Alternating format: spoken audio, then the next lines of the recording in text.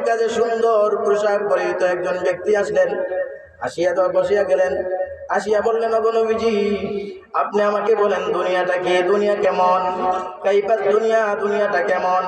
আল্লাহর নবী বলেন, দুনিয়াটা হলো স্বপ্নের মতো। কিসের মতো? দুনিয়াটা হলো আর দুনিয়া কারুয়াতি, দুনিয়াটা হলো স্বপ্নের মতো।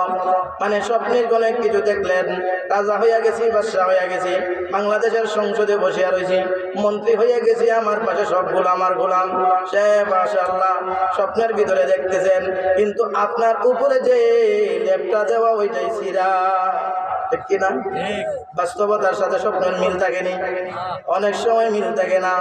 আল্লাহ নবী বলেন, দুনিয়াটা হলো স্বপ্নের মতো। পার্থক্য যতটুকু, স্বপ্ন দেখলে কোনো কিছু অপরাধ সংঘটিত হয় না। স্বপ্ন দেখলেন আপনি তারে গুলি করে মাইরা ফেলছেন, পরের দিন আপনারে ফাঁসি দেওয়া হবে, দেওয়া হবে না? কিন্তু বিষয়টা স্বপ্নের মধ্যে এতটুকুই পার্থক্য। স্বপ্নে যদি দেখেন কাউকে গুলি করে মারছেন, আপনাকে শাস্তি দেওয়া হবে না। স্বপ্নে যদি দেখেন আপনি কোরআনের হাফেজ হয়ে গেছেন, আপনি কোরআনে হাফেজ, পরের দিন দেখবেন কোরআনে হাফেজ হয়েছেন না। এটাই হলো বাস্তবতার সাথে, বাস্তবতার সময় স্বপ্ন খুঁজে পাওয়া যায় না। আল্লাহ নবী বিশ্ব নবীজি বলেন, গো দুনিয়াটা হলো স্বপ্নের মতো, তবে দুনিয়ার কাজের জন্য শাস্তি আছে, আবার পুরস্কারও আছে। এবার ওই লোকটা বলেন, সাহাবায়ে কেরাম তাকিয়ে রইছে, কি রে এমন একটা বেয়াদব মার্কার লোক, বোঝা যায় যে নবীজির পাশে এসে বসিয়া রইলেন, আবার আমরা কেউ চিনি না। যদি আমরা চিনতাম তাহলে বুঝতাম আমাদের এলাকার কথা, ঠিক কিনা? আবার চিনা যায় না আমাদের এলাকার না, তাহলে আমরা কাউ একজন আরেকজনকে দিকে তাকাইলাম, সবাই বলে আনাল্লাহ আদরি আনাল্লাহ আরিফু, আমি তাকে চিনি না, মান হুয়া, তিনি কে, হু ইজ হি, সে কে? সবাই কথা কথা বলা বলি করতেছে। এতে বোঝা যায় তারা কেউ চেনেন না, অত্র এলাকার নয়। আবার পোশাক দেখা যায় এরকম দবদবে সাদা, একদম দবদবে সাদা, রুমালটাও সাদা, গায়ের পোশাকটাও সাদা, একদম ক্লিন, কোনো দাগ নাই, গাড়ির মধ্যে কোনো ধুলা নাই, বালি নাই। এতে বোঝা যায় উনার বাড়ি বেশি দূর না, কাছাকাছি কোথায়। কারণ আরবের দূর থেকে সফর করে আসলেন তদানীন্তন, এখন না, এখন তো সব গ্লাস ফিটিং করা গাড়ি, এসির ভিতরে বসে চলে আসলেন, গাড়ি কিন্তু কোথায় ধুলা আসবে? ওই সময়ের কথা বলতেছি। উটের উপরে যখন আপনি উটের উপর ভর করে যখন আসবেন, গাড়িতে স্বাভাবিকভাবে ধুলা থাকার কথা না, না কাপড়ের মধ্যে কিছু ময়লা আসার কথা না, না। কিন্তু এই যে এই অবস্থায় সাহাবায়ে কেরাম বুঝতে পারলেন যে তিনি কাছের কোনো লোক না হলে এত পরিষ্কার ক্লিন হয় কিভাবে? আর যদি দূরের হন, যদি দাঁড়িয়ে হইয়া থাকেন, তাহলে আমরা চিনি না কারণটা কি। তারপরও সবাই বসলেন, দেখি এই আজীব লোকটা কি করে। এক নম্বর প্রশ্ন দুনিয়া কি, দুই নম্বর প্রশ্ন আখিরাত কি। এবার সাহাবী বলেন, আখিরাত কি? নবীজি আপনি বলেন আখিরাত কি? মাল আখিরাত, আখিরাতটার পরিচয় দিন। আল্লাহর নবী বলেন, আখিরাত হলো চিরস্থায়ী। আখিরাত কি? চিরস্থায়ী। চিরস্থায়ী না? এরপরে আল্লাহর নবী বলেন, আখিরাতে দুই ভাগে ভাগ হয়ে যাবে মানুষ, এক ভাগ হবে জান্নাতি, আরেক ভাগ হবে জাহান্নামী। কথা ঠিক কিনা? আল্লাহ বলেছেন, ফারিকুন ফিল জান্নাতি ওয়া ফারিকুন ফিস সাঈর। আল্লাহ বলেন একদল জান্নাতি আর একদল জাহান্নামী। কথা ঠিক কিনা? জান্নাতি আর জাহান্নামী সমান সমান নেই। আপনার আচরণ আর আরেকজনের আচরণ, মানে জান্নাতি মানুষের ব্যবহার আর জাহান্নামী মানুষের ব্যবহার এক সমান হবে নি। তাহলে আপনার মসজিদের সবাই ভালো হবে এটা আশা করেন কেন? আপনার সমাজের ভালো হবে সবাই এটা আশা করেন কিভাবে? আপনার সমাজে কিছু থাকবে আবু জাহেল মার্কা মানুষ। কথা ঠিক কিনা? আপনার সমাজে কিছু আবু লাহাব মার্কা মানুষ থাকবে। কথা ঠিক কিনা? ওঠে। কারণ আমাদের সমাজ থেকে তো কিছু মানুষকে জাহান্নামে ফেলে দেওয়া হবে। কথা ঠিক কিনা? ওঠে। আমাদের সমাজ থেকে একদলকে বলবে ইযহাবু ইলাল জান্নাহ, তোমরা সবাই যাও উদখুলুল জান্নাহ। আল্লাহ নিজে বলছেন উদখুলুল জান্নাতা বিমা কুনতুম তা'মালুন। আল্লাহ বলেন তোমরা জান্নাতে প্রবেশ করো। একদলকে বলবেন তোমরা জান্নাতে যাও, আরেক দলকে বলবেন যুকু আযাবাল খুলদি বিমা কুনতুম তা'মালুন। আরেকদলকে বলবেন এই জাহান্নামের স্বাদ গ্রহণ করো কারণ বিমা কুনতুম তা'মালুন, তোমরা যা আমল করতে এগুলোর বদলা হিসাবে। কথা ঠিক কিনা? এবার নবীজি বললেন, এবার ওই লোকটা আবার নবীজিকে প্রশ্ন করলো, নবীজি আপনি বললেন আখিরাতে একদল জান্নাতে যাবে আর একদল জাহান্নামে যাবে, একটু দয়া করে বলেন না জান্নাত কি? বুঝাইতে পারছেন? এবার নবীজি বলেন জান্নাত হলো দুনিয়ার বদলা। জান্নাত কি? দুনিয়ার বদলা। দুনিয়াতে অনেক কিছু সামনে আসছে, নায়ক নায়িকা আসছে, ছবি দেখে নাই, চোখকে কন্ট্রোল করে রাখছে, গান শুনে নাই, খেলা দেখা যায় নাই, আছে না নাই? মন চায় কিন্তু তারপরও যায় না, মন চায় তারপরও যায় না। তার আল্লাহ বলেন এই যে গেল না, জান্নাত পাওয়ার জন্য যে দুনিয়ার সুখ সমৃদ্ধি এগুলো ছেড়ে দিল, এই জন্য আমি তাকে সুখী হওয়ার জন্য দুনিয়ার বদলা হিসাবে, পুরস্কার হিসাবে আমি তাকে জান্নাত দিলাম। সুবহানাল্লাহ। আলহামদুলিল্লাহ নাহমাদুহু ওয়া নাস্তাঈনুহু ওয়া নাস্তাগফিরুহু ওয়া নু'মিনু বিহি ওয়া নাতাওয়াক্কালু আলাইহি।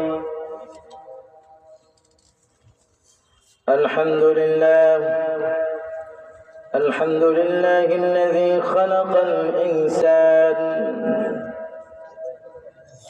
الحمد لله الذي أنزل الفرقان. الحمد لله الذي نعم الإنسان بالبيان. الحمد لله الذي فرق الحق عن الباطل بالفرقان. الحمد لله الذي شرف زمانا على زمان ومكانا على مكان.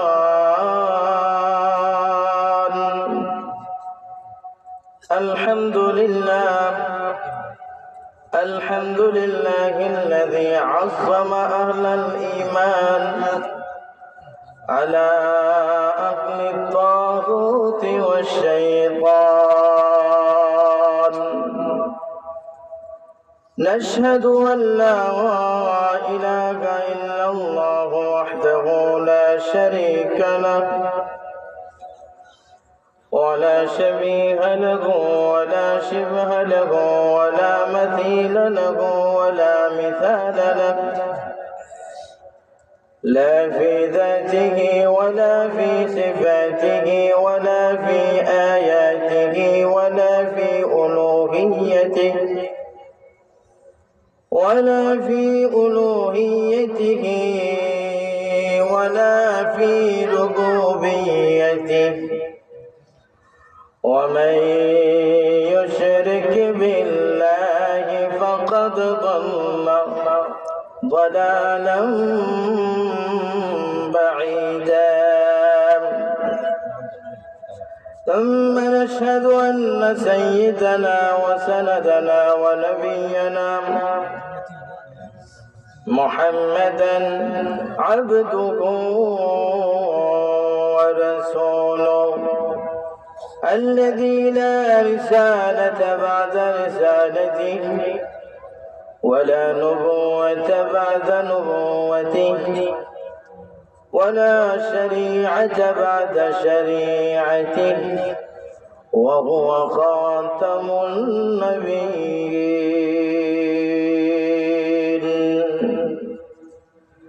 أما بعد فأعوذ بالله من الشيطان الرجيم. بسم الله الرحمن الرحيم. قد أفلح من تزكى وذكر اسم ربه فصلى بل تؤثرون الحياة الدنيا والآخرة خير وأبقى.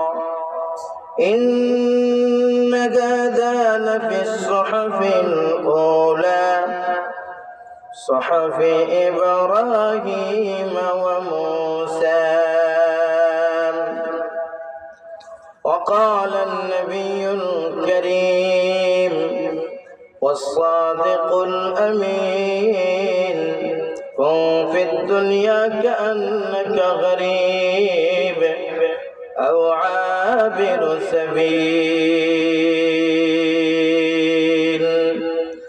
أو كما قال عليه الصلاة والسلام اللهم صل على محمد وعلى آل محمد كما صليت على إبراهيم وعلى آل إبراهيم إنك حميد مجيد اللهم بارك على محمد وعلى آل محمد كما باركت على إبراهيم وعلى آل إبراهيم إنك حميد مجيد شكرا محبة الشتى بلغ العلا بكماله كشف الدجى بجماله حسنت جميع خصاله صلوا عليه وآله إلهي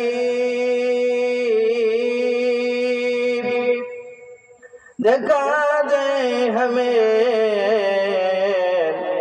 दियार मदीना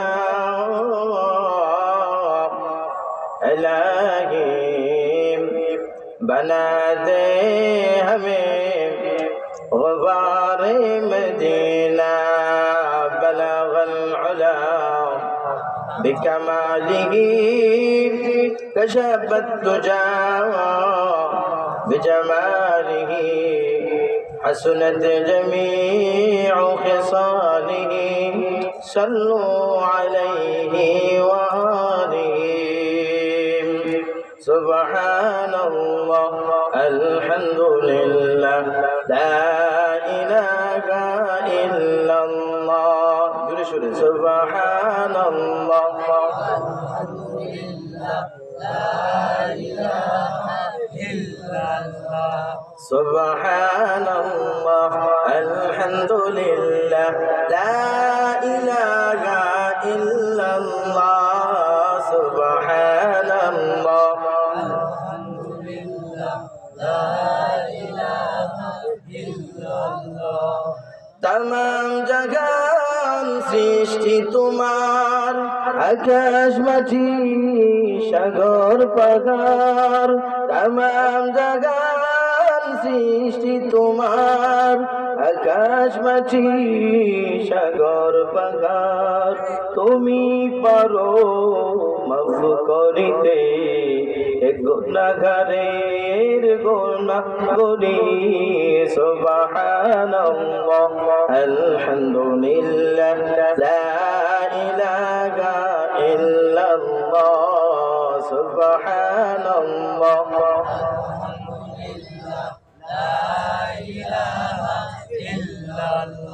لا إله إلا الله محمد رسول الله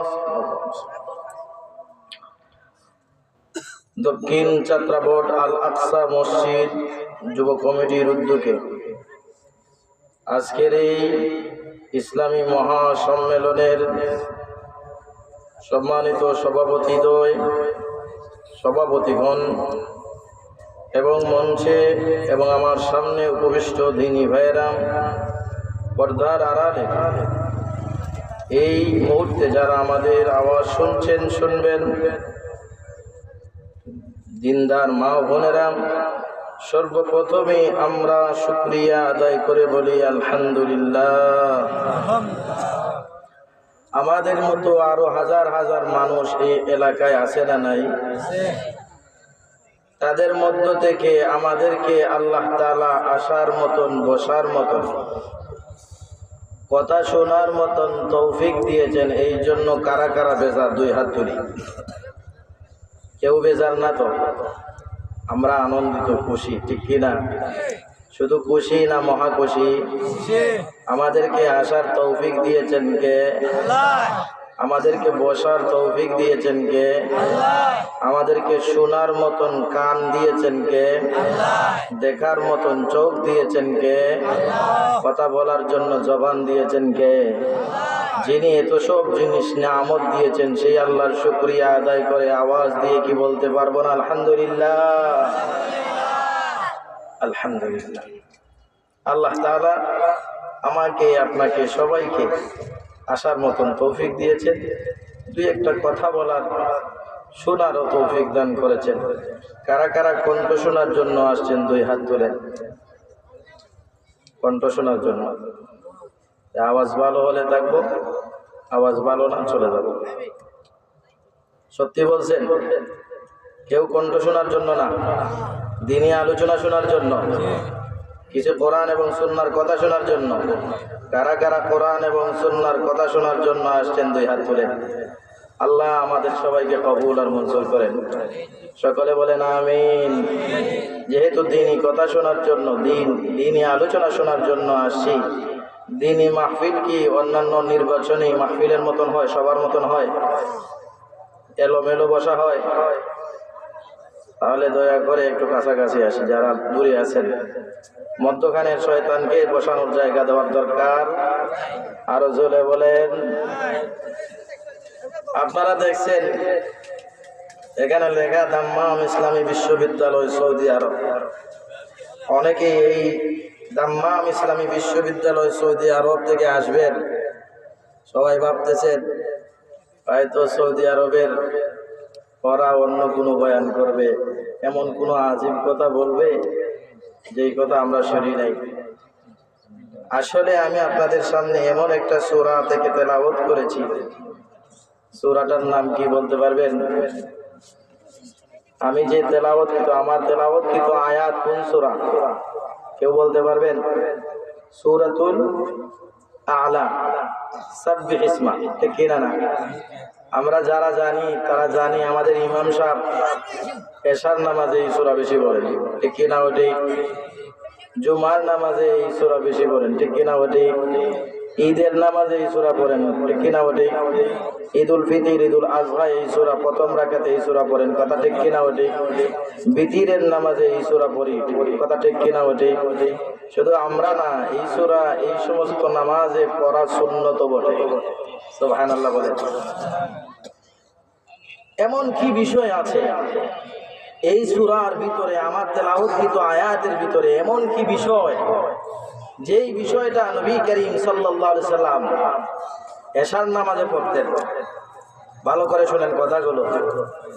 আমরা মদিনার নাম জানি তো জানি না? পবিত্র মদিনার নাম জানি কিনা জানি না? সেখানে মসজিদে নববী আছে, বিশাল মসজিদ, প্রায় 10 লক্ষ মানুষ একসাথে নামাজ পড়তে পারে। আওয়াজ দিয়ে বলে সুবহানাল্লাহ। সারা মসজিদ ভরপুর হয়ে যায়। আল্লাহু আকবার। ভরপুর হয়ে যায়, রাস্তাঘাটে পর্যন্ত মানুষ চলে যায়। আরেকটু জোরে বলেন সুবহানাল্লাহ। সব ওয়াক্তের নামাজে একরকম মুসল্লি হয় না, কোন ওয়াক্তের নামাজে মুসল্লির সংখ্যা বেশি হয়, ঠিক কিনা? এশার নামাজে নবীজি যখন জীবিত ছিলেন, মদিনায় ছিলেন, তখন এশার নামাজে দূর দূরান্ত থেকেও সাহাবায়ে কেরাম এশার নামাজে আসিয়া শরীক হতেন। নবীজি এশার নামাজের যেহেতু মুসল্লিদের সংখ্যা বেশি, এই জন্য আমার তেলাওয়াতকৃত আয়াতের এই সূরাটা এবং তেলাওয়াতকৃত আয়াত পাঠ করতেন। শুধু তাই না, জুমার নামাজে এশার নামাজের চেয়ে জুমার নামাজের মুসল্লির সংখ্যা আরো বেশি, কথা ঠিক কিনা? নবীজি এই সূরা আমার তেলাওয়াতকৃত আয়াত সহ এই গোটা সূরাটা জুমার প্রথম রাকাতে পড়তেন, ঈদের নামাজও পড়তেন। প্রশ্নটা হলো, এমন কি বিষয় যেই বিষয়ের কারণে এই সূরা নবীজির একটু বড় বড় মজমা হলে এই সূরা পড়তেন? কারণটা কি? প্রশ্ন জাগে কিনা না? প্রশ্নটা বুঝতে পারছেন আমার? 2 নম্বর প্রশ্ন, এই সূরাটা শুধু এই সূরার ভিতরে এমন একটা বিষয় নিয়ে আলোচনা করেছেন যে বিষয়টা আমি কিছুক্ষণ পরেই আপনাদের সামনে উপস্থাপন করব। এই বিষয়ে আলোচনা করেছেন আদম আলাইহিস সালাতু ওয়াস সালাম, তার সন্তানদেরকে এই বিষয়ে বয়ান করেছেন। শুধু আদম আলাইহিস সালাম নয়, নূহ আলাইহিস সালাম তার উম্মতকেও এই বিষয়ে বয়ান করছে। মূসা আলাইহিস সালাম এই বিষয়ে তার উম্মতকে বয়ান শোনাইছেন। ইব্রাহিম আলাইহিস সালাম এই বিষয়ে তার উম্মতকে বয়ান শোনাইছেন। এমন কি বিষয় যে বিষয়টা নবীজিও তার উম্মতকে শোনালেন। শুধু তাই না, আল্লাহ তাআলা কিয়ামত পর্যন্ত যত আলেম আসবেন এই বিষয়েরই বয়ান শোনান। ৮০০০ মাদ্রাসা এই একই বিষয়ের বয়ান শোনায়। আপনার দারুল উলুম দেওবন্দ মাদ্রাসা একই বিষয়ের বয়ান শোনায়, একই মাকসুদ। শুধু তাই না, মিশরের আল আজহার ইউনিভার্সিটি, জামিয়াতুল আজহার, আজহার বিশ্ববিদ্যালয় একই বিষয়ের বয়ান করে মানুষকে শোনায়। মদিনা বিশ্ববিদ্যালয় একই বিষয়ে মানুষের বয়ান শোনায়। আমরা দেশে যে আমাদের উস্তাদদের কাছে তারবিয়ত শিখেছি, তারাও একই বিষয়ে বয়ান করেছেন। সৌদি আরবের যে দাম্মাম বিশ্ববিদ্যালয়, সেখান থেকে আমি গ্রাজুয়েট হয়েছি, এই জন্য এখানে বললাম যে এখানে ওই কেন কি শিখলাম একই বিষয়ে। কোন বিষয়? আজ-যুহদু ফিদ দুনিয়া ওয়ার রাগবাতু ফিল আখিরাহ। দুনিয়া বিমুখতা, আখিরাত মুখী হওয়া, আখিরাতের আগ্রহী সৃষ্টি করা। আওয়াজ দিয়ে বলে সুবহানাল্লাহ। বিষয়টা কি সামান্য বিষয় না বিশাল বিষয়? এমন একটা বিষয় যে বিষয়ের কারণে নবীজি সাহাবায়ে কেরামদেরকে বয়ান শোনাতেন। আল্লাহ কি বলেন? আল্লাহ বলেন, قد أفلح من تزكى وذكر اسم ربه فصلى بل تؤثرون الحياة الدنيا والآخرة خير وأبقى إن هذا لفي الصحف الأولى صحف إبراهيم وموسى। রব্বুল আলামিন বলেন, قد أفلح من تزكى, যারা আত্মশুদ্ধি গ্রহণ করেছে, নিজেকে পবিত্র করেছে, তারা সফল কাম। কারা সফল কাম? আমরা দুনিয়াতে কাদেরকে মনে করি সাকসেসফুল পারসন? আমরা দুনিয়াতে কাকে মনে করি সে মাশাআল্লাহ সফল হয়ে গেছে? কখন? যদি কোটি কোটি টাকার মালিক হয়, ঠিক কিনা? ঠিক। বড় বাড়ি বানাইছে, বড় ঘর গাড়ি কিনছে, আর সুন্দর একটা মহিলা বিয়ে করছে, আমরা তাকে কি বলি? সফল কাম। আমরা তাকে কি বলি? সফল। ইজ সাকসেসফুল পারসন আমরা বলি, ঠিক কিনা? আমরা বলি সে সফল। আর আল্লাহ কি বলে? সে কি সফল? আল্লাহ বলছেন, আল্লাহ বলেন, قد أفلح من تزكى, আল্লাহ বলেন সফল হলো যারা পবিত্রতা অর্জন করেছে। পবিত্রতা কি? অন্য একটা আয়াতে আসছে, পবিত্রতা হলো মুমিন, ইমানদার। ইমানদার যারা, এরা সফল। অন্য আয়াতে আল্লাহ বলেন, قد أفلح المؤمنون,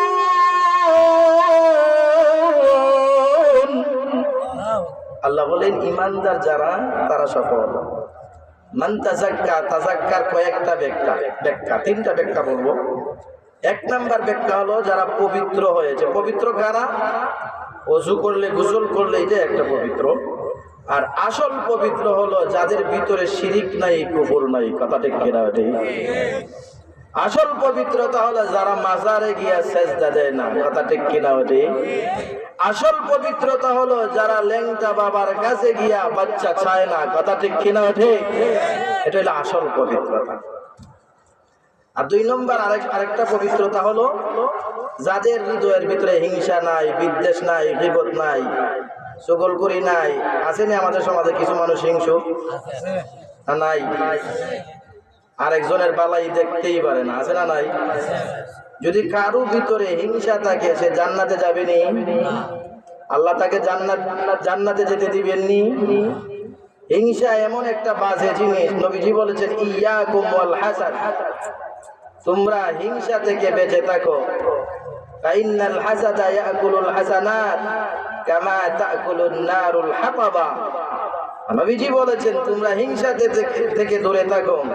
হিংসা এমন একটা বাজে কাজ যত ভালো কাজ আছে, যত সব আছে, সবগুলোকে আগুন যেভাবে লাগিয়ে জ্বালাইয়া ছাই বানায়া দেয়, হিংসা মানুষের নেক আমলগুলোকে এইভাবে শেষ করে দেয়। আওয়াজ দিয়া বলেন নাউজুবিল্লাহ। হিংসুকটা জান্নাতে যাবেনি, যাইতে পারবেনি। নবীজি মসজিদের মধ্যে বসা। নবীজি কোথায় বসা? কোন মসজিদ? মসজিদে নববী। মসজিদে নববীতে বসা। নবীজির আশপাশে যারা বসা ছিলেন তারা কারা? সাহাবীরা। মাশাআল্লাহ। আমাদের সমাজের অনেকে এখন বুঝেও না সাহাবী কাকে বলে।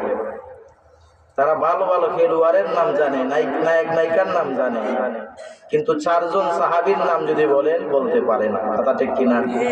এটা আমাদের জন্য হতভাগা এবং দুর্বলতা, আমাদের জন্য হতাশ। কথা ঠিক কিনা? ঠিক। এবার নবীজি মসজিদের মধ্যে বসা। আল্লাহ নবী বলেন হঠাৎ, ইয়াত্তালিউ আলাইকুমুল আনা রাজুলুম মিন আহলিল জান্নাহ। বিশ্বনবী মুহাম্মদুর রাসূলুল্লাহ সাল্লাল্লাহু আলাইহি ওয়াসাল্লাম বলেন, হে আমার সাহাবায়ে কেরাম, কিছুক্ষণের ভিতরেই একজন মানুষ, একজন লোক প্রবেশ করবে। দুনিয়াতে হাঁটছে, কিন্তু আল্লাহর তৈরি জান্নাত তার জন্য প্রস্তুত হয়ে আছে। আরে কি জোরে আসতে বলেন না, একটু জোরে না আসতে?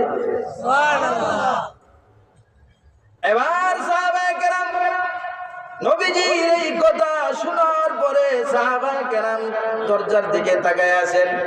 কে ঢুকে দেখা যায়। কিছুক্ষণ পরে একজন সাধারণ সাহাবী প্রবেশ করলেন। সাধারণ মানুষ প্রবেশ করলেন। আবু বকরের মতন মানুষ না, ওমরের মতন মানুষ না, ওসমানের মতন মানুষ না, সাধারণ একজন সাহাবী প্রবেশ করলেন। দাড়ির দিক দিয়া টপটপায়া পানিও নিচে পড়তেছে। সাহাবায়ে কেরাম সবাই যখন তাকান ওনার দিকে, একসাথে যদি সবাই তাকায়, বলেন তো ভিতরে সন্দেহ সৃষ্টি হয় কিনা? না? হ্যাঁ, আপনারা সবাই যদি এখানে একজন আসিয়া দাঁড়ায় আর আপনারা সবাই যদি ওনার দিকে তাকান, সবাই তাকাইলেন, আমিও তাকাইলাম ওনার দিকে, তাহলে ওনার ভিতরে একটা আলাদা কি আছে? ঠিক আছে না? কি হইল রে, উনি দাড়ি হাতাইবে, মনে হয় দাড়িতে কোনো কিছু আছে। ঠিক কিনা? ঠিক। সাহাবী ভাবতে লাগলেন কি অবস্থা, সবাই কেন আমার দিকে তাকায়, কারণটা কি জানা নাই। সাহাবী আসলেন, নবীজিকে সালাম দিলেন, নবীজির কাছে বসলেন। এবার সবাই আগের দিনের মতো নামাজ পড়লেন, আবার চলে গেলেন। দ্বিতীয় নম্বর দিন নবীজি মসজিদের মধ্যে বসা। প্রিয় নবী মুহাম্মদ সাল্লাল্লাহু আলাইহি ওয়াসাল্লাম মসজিদের মধ্যে বসা, সাহাবায়ে কেরাম ওনার পাশে বসা। এবার নবী আগের দিনের মতন বলেন, এখন একজন লোক প্রবেশ করবে, তার জন্য আল্লাহর তৈরি জান্নাত তার জন্য তৈরি হয়ে আছে। সে মারা যেতে লেট হবে, আল্লাহর তৈরি জান্নাতে প্রবেশ করতে বিলম্ব হবে না। আর জোরে বলেন সুবহানাল্লাহ। তৃতীয় নম্বর দিন একই ঘটনা।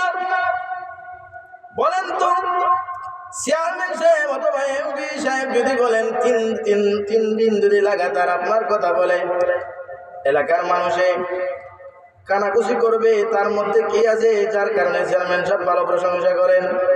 ঠিক কিনা? না? এমপি সাহেব তার কথা বলেন, সংসদে প্রধানমন্ত্রী তার কথা বললেন, বারবার তার আলোচনা করেন, লোকটা স্বাভাবিক লোক না রে, কামাই বালা লোক। ঠিক কিনা? দেখ আল্লাহ নবী, বিশ্ব নবী, প্রিয় নবী মুহাম্মদুর রাসূলুল্লাহ সাল্লাল্লাহু আলাইহি ওয়াসাল্লাম যেমন এমন কথা বললেন। আব্দুল্লাহ ইবনে আমর ইবনে আল-আস রাদিয়াল্লাহু তাআলা আনহু, নবীজির আরেকজন সাহাবী, নিয়ত করে ফেলছেন যে তিনি কি আমল করেন যার কারণে নবীজি তাকে জান্নাতি বললেন।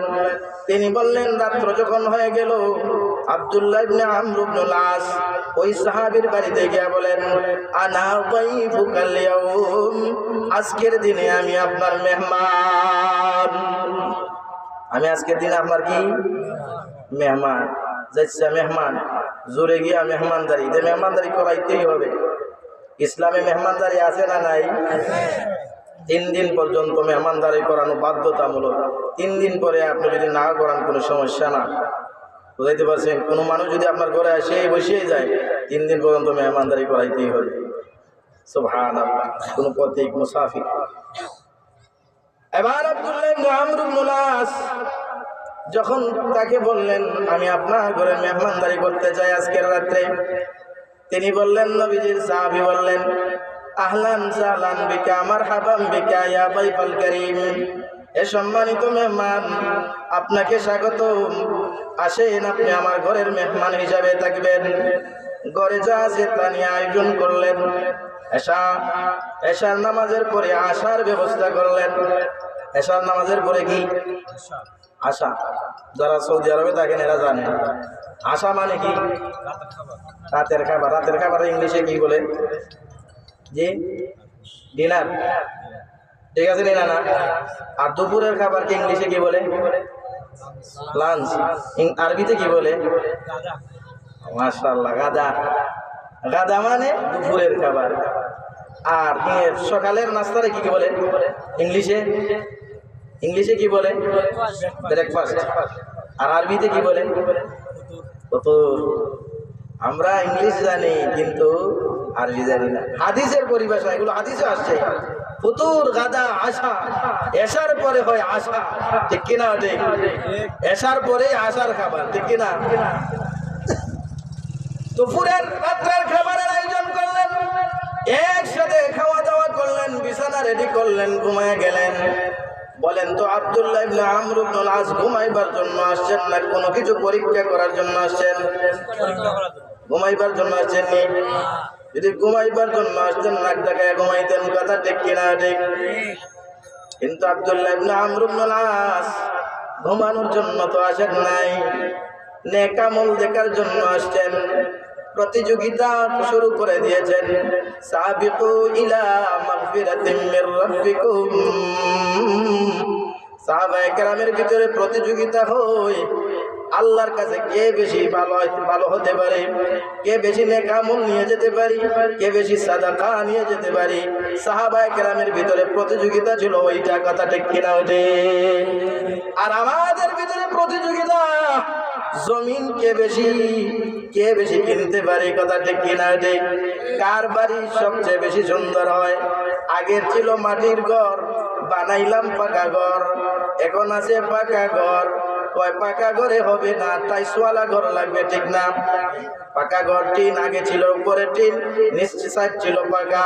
এখন বলেন নিচ সাইড পাকা, উপরে টিন হলে হবে না, এখন ফাউন্ডেশন দিয়ে করতে হবে। শুধু ফাউন্ডেশন দিয়ে করলে হবে না, টাইলস লাগাতে হবে ঘরের মধ্যে। শুধু টাইলস লাগালে হবে না, দামি দামি মার্বেল টাইলস লাগাতে হবে। প্রতিযোগিতা নেই না, কম্পিটিশন চলছে।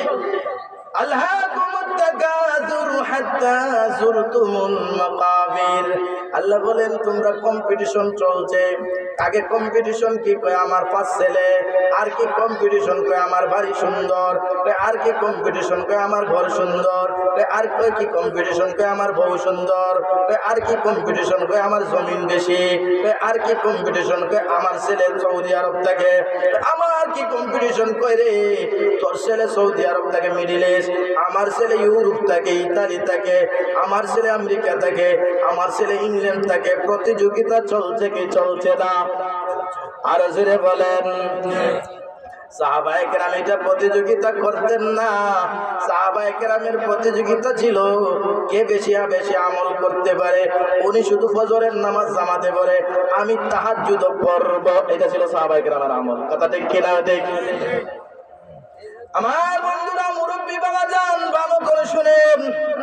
আব্দুল্লাহ ইবনে আমর ইবনে আস রাত্রে গেলেন, ঘুমায়া গেলেন। আসলে ঘুমাইছেন না, ঘুমের বান ধরছেন। সারা রাত্র তাকায়া দেখেন উনি কি ঘুম থেকে উঠে কিনা না, দেখি সারা রাত্র নফল করে কিনা না, তাহাজ্জুদ করে কিনা না, কোরআন তেলাওয়াত করে কিনা না, না কোনো খবর নাই। ঘুম থেকে হঠাৎ যদি ঘুম ভাঙ্গে বলেন সুবহানাল্লাহ, যদি ঘুম ভাঙ্গে বলেন আলহামদুলিল্লাহ, যদি ঘুম ভাঙ্গে বলে আল্লাহু আকবার। ঘুম যদি কারো রাত্রে বেশি ভাঙ্গে আর আল্লাহর ওই বান্দা ঘুম ভাঙ্গার সাথে সাথে আল্লাহর কোনো না কোনো তাসবিহ পড়ে আবার ঘুমায়া যায়।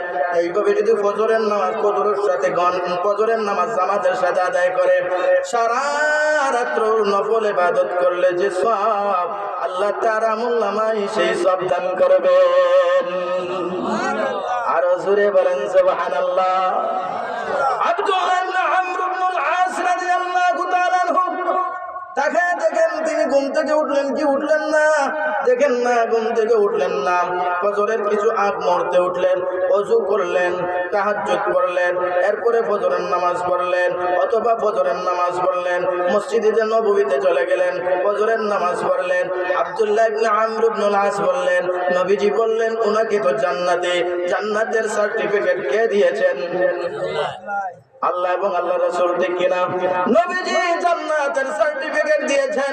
নবীজি জান্নাতের সার্টিফিকেট দেওয়ার অর্থ হলো আল্লাহ দিয়েছেন, কথা ঠিক কিনা? আরো জোরে বলেন। নবীজি বলেন উনি জান্নাতি, এটা কি নবীজি মন থেকে মন গড়া বলছেন নাকি আল্লাহ বলছেন নবীজিকে? আল্লাহ জানাইছেন, আল্লাহ কোরআনে বলছেন ওয়া মা ইয়ানতিকু আনিল হাওয়া ইন হুয়া ইল্লা ওয়াহয়ুন ইউহা।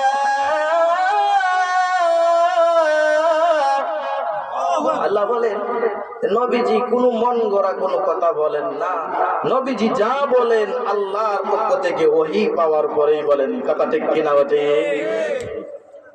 এবার আব্দুল্লাহ ইবনে আমর ইবনে আল-আস ভাবলেন হয়তো রাত্রে, আজকের এই রাত্রে লম্বা লম্বা নামাজ পড়েন নাই, লম্বা সময় তেলাওয়াত করেন নাই, দিনে হয়তো রোজা রাখবেন, দিনে হয়তো কি রাখবেন? রোজা রাখবেন, কিন্তু দিনের মধ্যে কিছুক্ষণ পরে ফজরের নামাজ পড়েন। আব্দুল্লাহ ইবনে আমর ইবনে আল-আসকে তিনি বললেন, সাহাবী বললেন চলেন ঘরে চলেন, নাস্তা করতে হবে, ব্রেকফাস্ট, চলেন। তাহলে বোঝা যায় রোজাদার নেই, রোজাদার সকালে নাস্তা করেননি।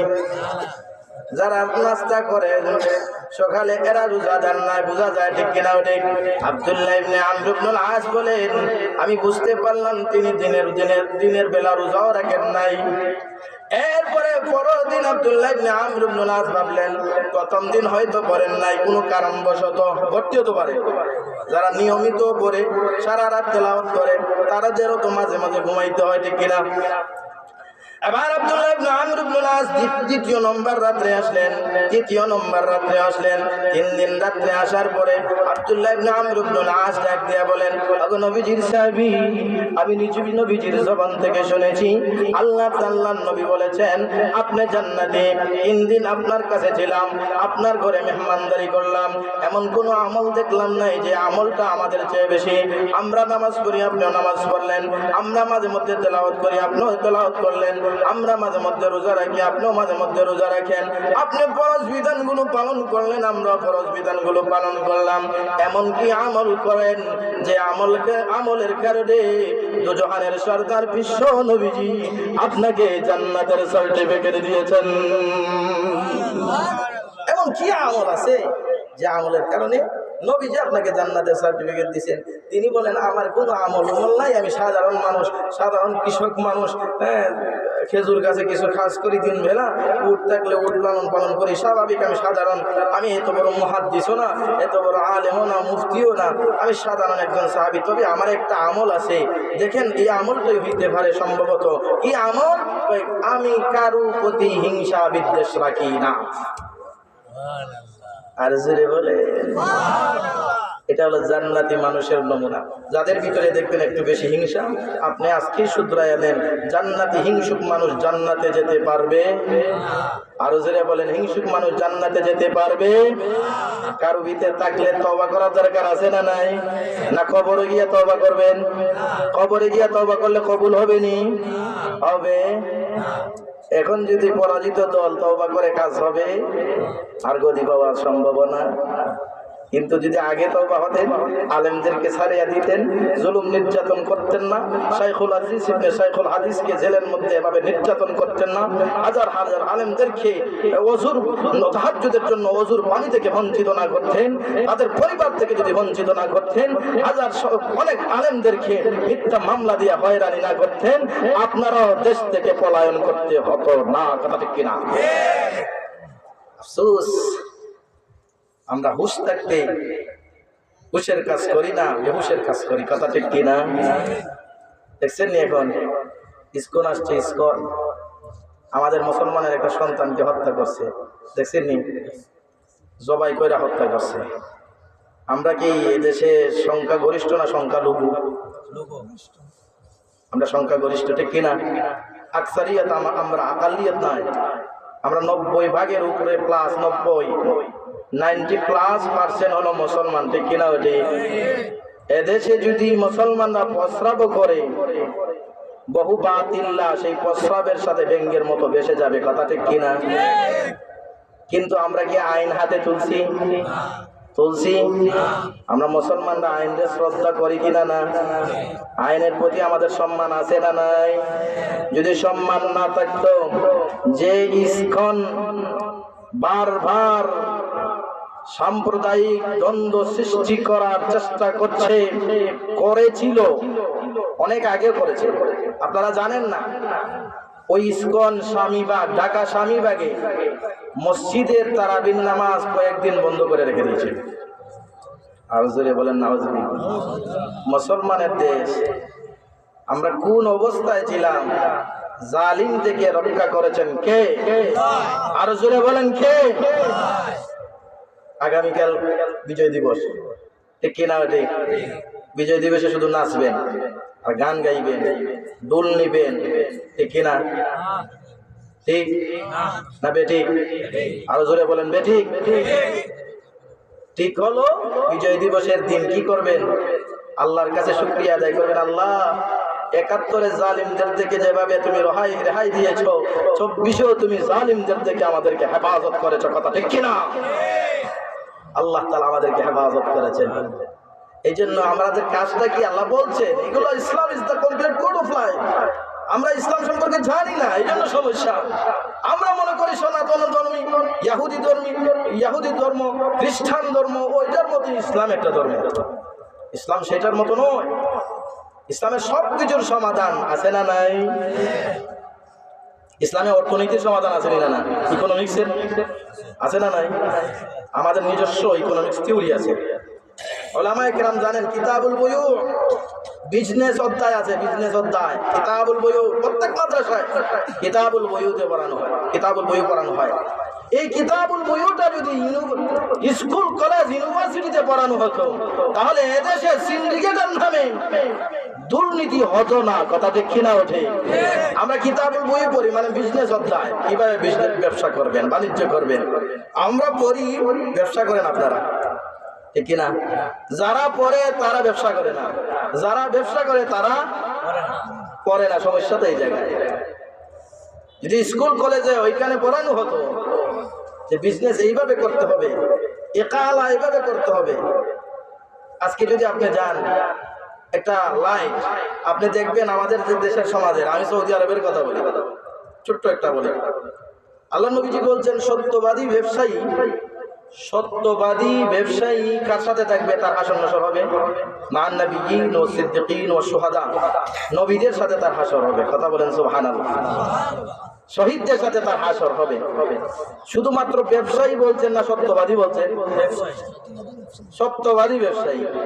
আমি দাম্মামে শিখো এলে আছেন, ওইখানে একটা দোকানে গেছি, ওইখানে ইন্ডিয়ানি আছে, সাউদিদের দোকানও আছে।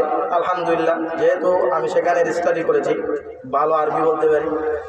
আমি সেখানে গেলাম, আসসালামু আলাইকুম, কাইফা হালুকুম ইয়া শাইখ, কাইফা সিহাতুকুম ওয়া কাইফা তিজারাতুকুম ওয়া কাইফা আহওয়ালুকুম, আনা জিতু লিশাইইন ওয়াহিদিন বাসীতিন, আমি একটা সামান্য জিনিস নেওয়ার জন্য আসছি। সৌদির সাথে কথা বললাম, সে বলল এটার দাম এতটুকু, সি'রুহু হাকাযা, তার দাম এতটুকু, প্রাইস। এরপরে ভাবলাম যে না, সৌদিদের থেকে না নিয়ে আমি বাংলাদেশে কোনো এক ভাইয়ের দোকান থেকে নেই, তাহলে টাকাটা কে পাইবে? বাংলাদেশি ভাই। কথা ঠিক কিনা? প্রত্যেকেই তো তার প্রতিবেশী, তার দেশের মানুষের প্রতি আলাদা একটা টান থাকে কিনা? না। যদি আপনি সিলেট যান আর এই দক্ষিণ ছাত্রাবটের কাউকে যদি পান, তাহলে আলাদা ভালো লাগে কিনা? না। আর আমরা যারা প্রবাসে ছিলাম, বাংলাদেশি কাউকে পাইলেই আমরা বুকে নিতাম, ভালো লাগতো। চলেন আসেন একটা চা খাই। আপনার দেশের বাড়ি সিলেটে? আরে ভাই সিলেটি ভাই আরো মজা লাগে, ঠিক না? ঠিক। যদি বলে বিপারিয়া, তখন আমরা বলি ও আনতামিন কারিবি, আপনি তো আমার কাছাকাছি। আর যদি বলে সিলেট, সিলেট কোন জায়গায়? সিলেট সদরে। মাশাআল্লাহ, তো ভাই সিলেটি ভাই। আর যদি বলে মৌলভীবাজার, তাহলে তো আরো ভালো রূপে ভালো, ঠিক না? ঠিক। আমরা যারা প্রবাসী ছিলাম এরা অনুভব করতে পারবো আমার এই কথাগুলো কত ভালো লাগে। এই যে আপনাদেরকে দেখতেছি না বাংলাদেশি ভাই, আপনার বাংলাদেশি মুরব্বী, আমাদের এত কত ভালো লাগে। কিন্তু সেখানে আমি এমন একটা এরিয়া ছিলাম, একটা সেক্সি এরিয়া, সেখানে শুধু সৌদিরাই বেশি, আর অন্যান্য দেশের মানুষ সংখ্যা, আর আমরা 25টা দেশের মানুষ ছিলাম, তাদের সংখ্যা খুব কম। মিশরিয়ান ছিলেন, আফ্রিকানি ছিলেন, সুদানি ছিলেন, ফিলিপাইনি ছিলেন ফিলিপাইনি ছোট ছোট মানুষ, দেখতে একদম ছোট ছোট মানুষ। হ্যাঁ, আর সৌদিয়ানরা মাশাআল্লাহ একটু পরিষ্কার থাকে, একটু লম্বা পরিষ্কার থাকে।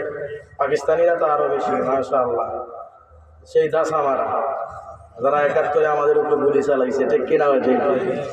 তাদের বডি দেখলে আমাদের জান থাকে ডর করে, এত বিশাল বডি। এরাও আমাদের কাছে এসে পরাজিত হয়েছে আমাদের শক্তির, বলেন আল্লাহর রহমতে। আরো জোরে বলেন আল্লাহর রহমতে, কথা ঠিক কিনা? ঠিক। যাই হোক, আমি ওইখানে গেলাম, একটা জিনিস কিনলাম, ওনাকে বললাম ভাই ভালোটা দিবেন, আমি বাংলাদেশি ভাই ভালোটা দিবেন। তিনি আমাকে এমন একটা জিনিস দিয়েছেন, ওইটা মনে হয় শেষের দিক দিয়ে ভালো, মানে শেষ নাম্বার, বুঝতে পারছেন? তাহলে উনি কি বিশ্বস্ত ব্যবসায়ী, আমিন ব্যবসায়ী? তাহলে আমিন ব্যবসায়ী হতে হবে, সত্যবাদী ব্যবসায়ী হতে হবে। আমাদের ইসলাম এমন একটা কমপ্লিট কোড অফ লাইফের কথা বলছিলাম, যে আমাদের ইসলামী ব্যাংক আছে না নাই? আসেনি না? না। আপনি শুধু ইসলামী ব্যাংক বাংলাদেশে এরকম না, পাকিস্তানে যান, সৌদি আরবে যান, সব জায়গায় পাইবেন আল ইসলামী ব্যাংক। ওইটা কোন ব্যাংক? ওইটা ইসলামী ব্যাংক।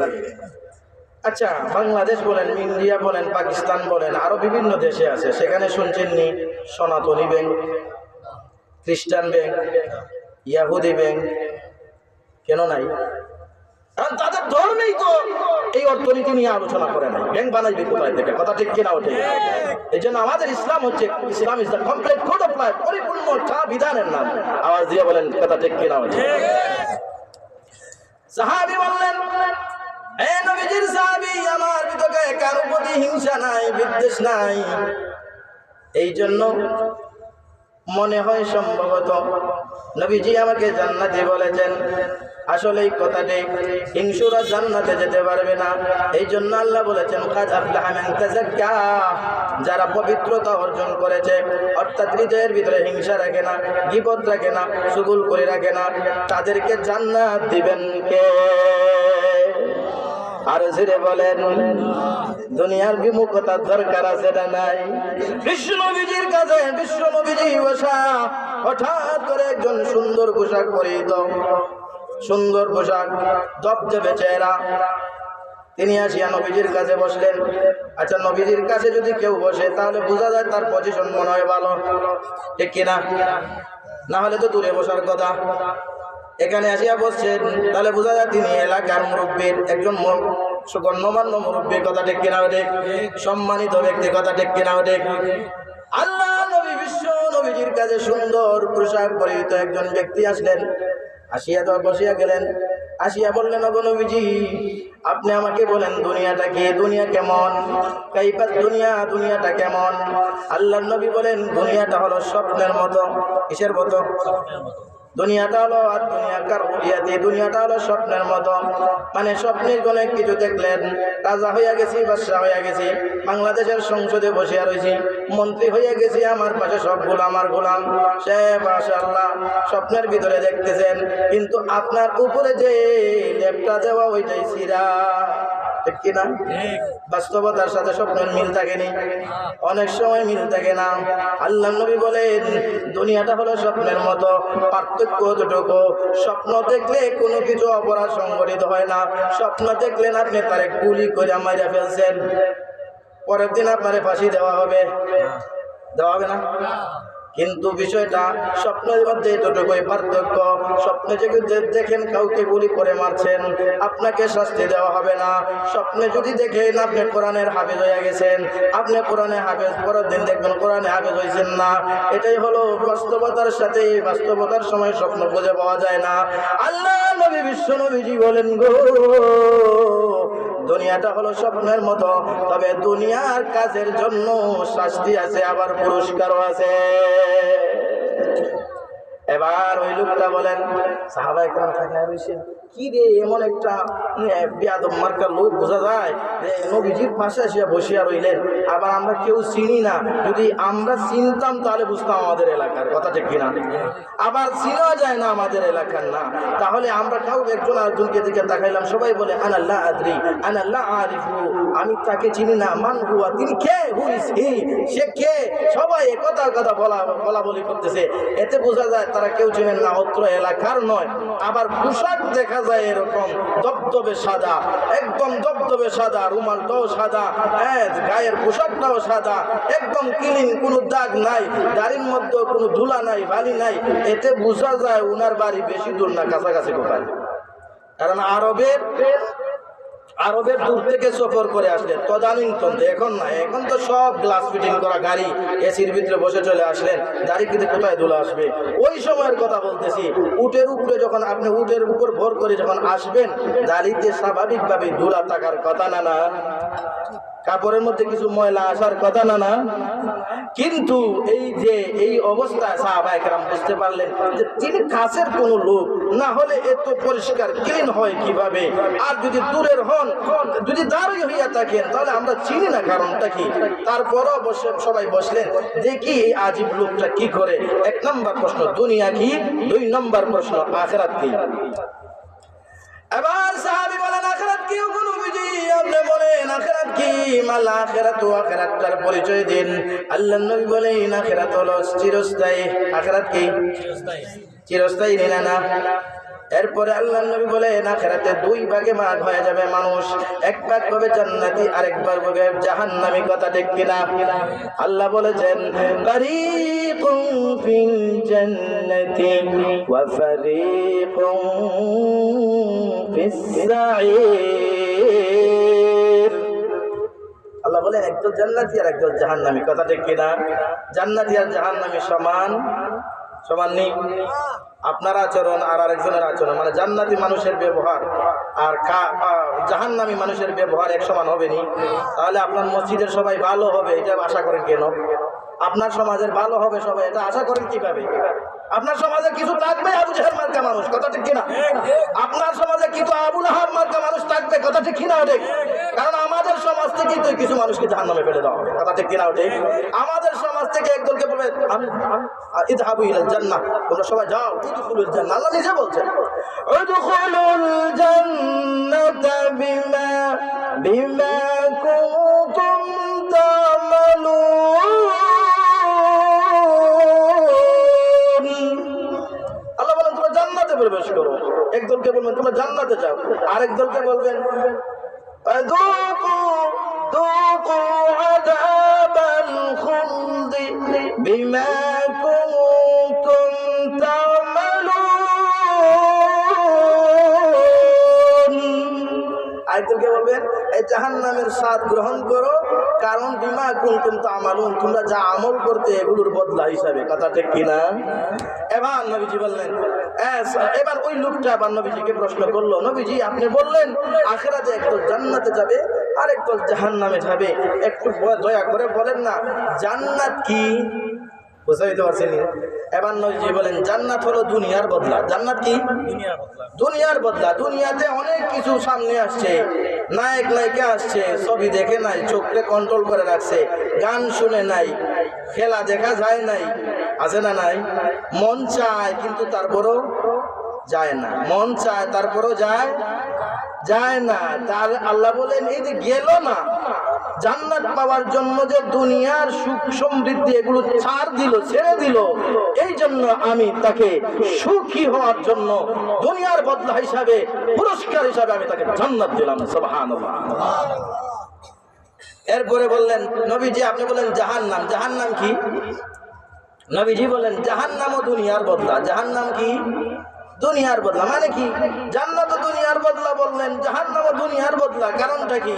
নবীজি বলেন জাহান্নাম দুনিয়ার বদলা হওয়ার কারণ, একটা মানুষ আছে সে দুনিয়াকেই আসল মনে করেছে, দুনিয়ার ঘরটাকেই আসল ঘর বানাইছে, দুনিয়ার ঘরকেই সাজাইছে, নিজেদের খবরে থাকবে খবরকে সাজায় নাই, নিজের আখিরাতকে সাজায় নাই, নিজের জান্নাতকে সাজায় নাই, দুনিয়াকেই আসল বানাইছে, দুনিয়ার সন্তানাদিকেই আসল বানাইছে। এই জন্য এগুলোর বদলা হিসাবে দুনিয়াতে তাকিয়েছে যে গুনাহ করছে, দুনিয়াতে তাকিয়েছে হারাম হালালে খাইছে, এর বদলা হিসাবে জাহান্নাম। কথা ঠিক কিনা? আরো জোরে বলেন। এই জন্য আমার ভাইয়েরা, আল্লাহ তাআলা বলছেন কাদ আফলাহা মান তাযাক্কা, যে আত্মশুদ্ধি করেছে সে সফল কাম। যে আত্মশুদ্ধি করেছে সে কি? সফল কাম। এরপরে বলেন যাকারা ইসমা রাব্বিহি ফাসাল্লা বাল তুসিরুনাল হায়াতাদ দুনিয়া ওয়াল আখিরাতু খায়রুন ওয়া আবকা। আল্লাহ বলেন তোমরা দুনিয়ার জীবনটাকে প্রাধান্য দাও, আর আমি আল্লাহ বলছি বাল তুসিরুনাল হায়াতাদ দুনিয়া, তোমরা দুনিয়ার জীবনকে প্রাধান্য দাও, অথচ ওয়াল আখিরাতু খায়রুন ওয়া আবকা, আখিরাত হলো ভালো, আখিরাত হলো চিরস্থায়ী। আর জোরে বলো সুবহানাল্লাহ। আরেকটা ব্যাখ্যা হলো কাদ আফলাহা মান তাযাক্কা, এর আরেকটা ব্যাখ্যা হলো কাদ আফলাহা মান যাক্কা, যারা সাদাকা করে, যারা মসজিদে দান করে, যারা মাদ্রাসায় দান করে, যারা রাস্তাঘাট বানায় দেয়, রাস্তাঘাটে দান করে, যারা এতিমদেরকে দেয়, গরিব মানুষদেরকে দেয়, আল্লাহ বলেন তারা সফল কাম। আর জোরে বলেন সুবহানাল্লাহ। হযরত ওসমান ইবনে আফফান রাদিয়াল্লাহু তাআলা ছিলেন নি, শেষ করে দেব, আর কয়েক 10-15 মিনিটের ভিতরে শেষ করে দেব। এই কথাগুলো শোনার পরেই ইনশাআল্লাহ আল্লামা ইবনুল কাইয়িম আল-জাওজি বলছেন যে আখিরাতমুখী আর দুনিয়া বিমুখতা কিভাবে আসবে, এটা দুইটা পয়েন্ট আমি বলেই শেষ করে দেব ইনশাআল্লাহ। এর ভিতরে শুধুমাত্র হযরত ওসমান ইবনে আফফান কিভাবে আখিরাতকে প্রাধান্য দিতেন।